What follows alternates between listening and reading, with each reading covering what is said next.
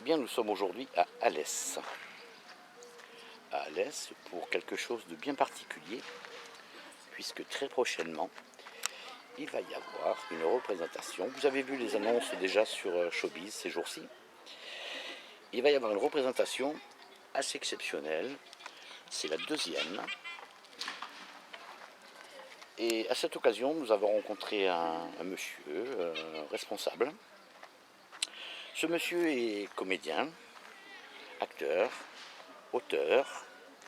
Et ce monsieur, c'est Jean-Michel Ramirez.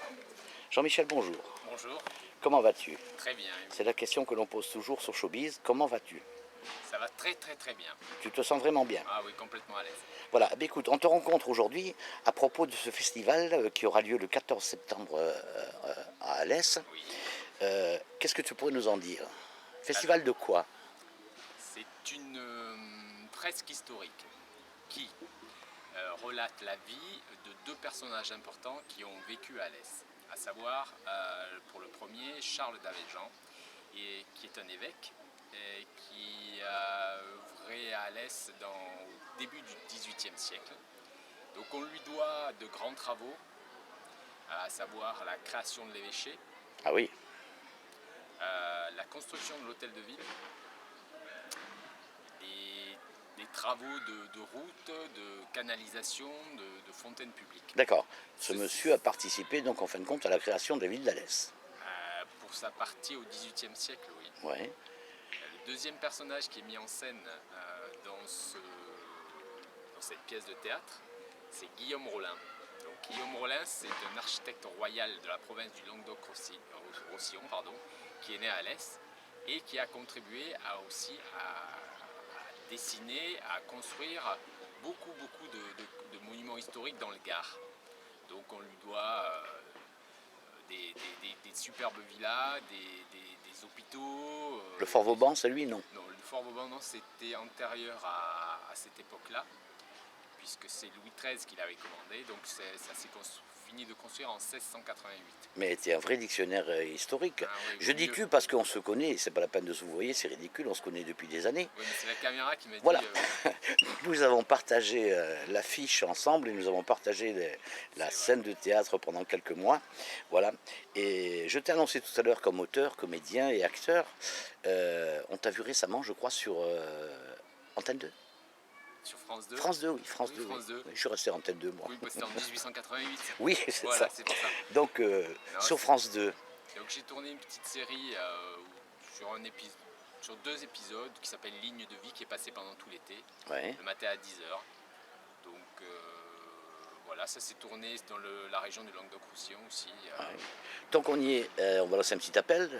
Tu aimerais retrouver des rôles comme ça pour la télévision ou pour autre chose, hein? Oui, pourquoi pas.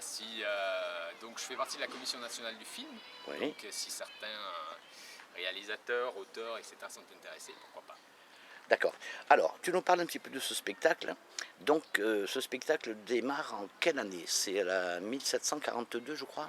C'est un peu plus tôt, c'est en 1725. 1725. Donc, la forme de ce spectacle, ça va se dérouler sur la place de l'Hôtel de Ville. Oui. Donc, je m'occupe essentiellement de la mise en scène et je joue dans un rôle principal, à savoir celui de l'évêque Charles d'Avéjan. D'accord. Donc, il se trouve que c'est une personne bien connue sur cette ville d'Alès qui a écrit le texte, qui écrit aussi des livres sur le vieil Alès. Comment s'appelle ce monsieur? Monsieur Michel Vincent. Eh bien, écoute, on lui donne un petit coup de chapeau à ce monsieur.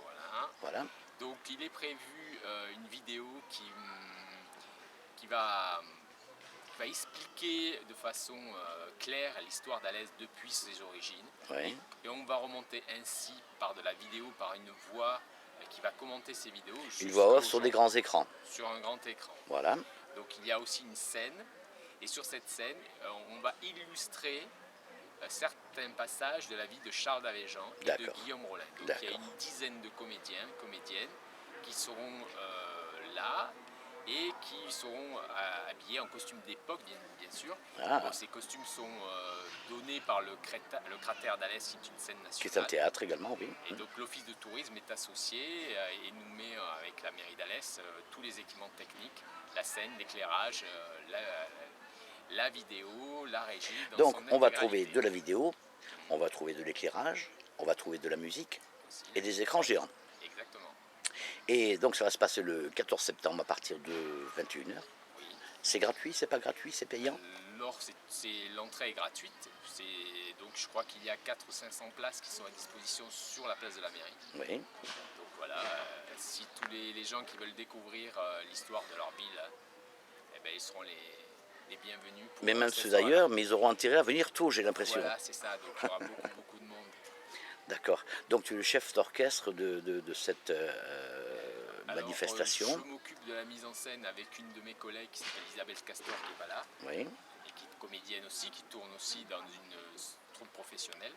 Et voilà, tout se passe bien, on arrive à répéter et tout le monde joue correctement son rôle. On va retrouver combien de comédiens? Alors, il y a une dizaine de comédiens. Donc, dans ces comédiens, on retrouve bien sûr les personnages principaux qui sont Charles Davéjean et Guillaume Rollin. Mais on va retrouver aussi tous les personnages emblématiques du sud de la France, avec l'accent qui est prononcé, avec le patois local, le patois occitan. Oui. Donc tout ça, ça ramène à plein de souvenirs pour les anciens qui vont se retrouver. Revivre un petit peu cette Voilà, époque. c'est fait pour tout. Alors, ça se fait le 14 septembre. Est-ce qu'il y a d'autres dates de prévues? Le samedi, par exemple? C'est non. Donc, Que le vendredi soir. le Donc. vendredi soir, c'est une manifestation qui, c'est sa seconde édition. L'an passé, il y avait une première édition qui traitait de la partie du 19e siècle. Oui. Tous les maires de l'époque du 19e siècle. Et cette année, c'est dans le cadre des Journées du patrimoine. Et donc, ce sont les bâtisseurs d'Alès du 17e qui sont mis en avant sur scène. D'accord. Je t'ai présenté tout à l'heure comme étant un auteur. Tu as écrit également, je crois, des pièces de théâtre. J'ai écrit une pièce de théâtre. Oui, qui est très marrante.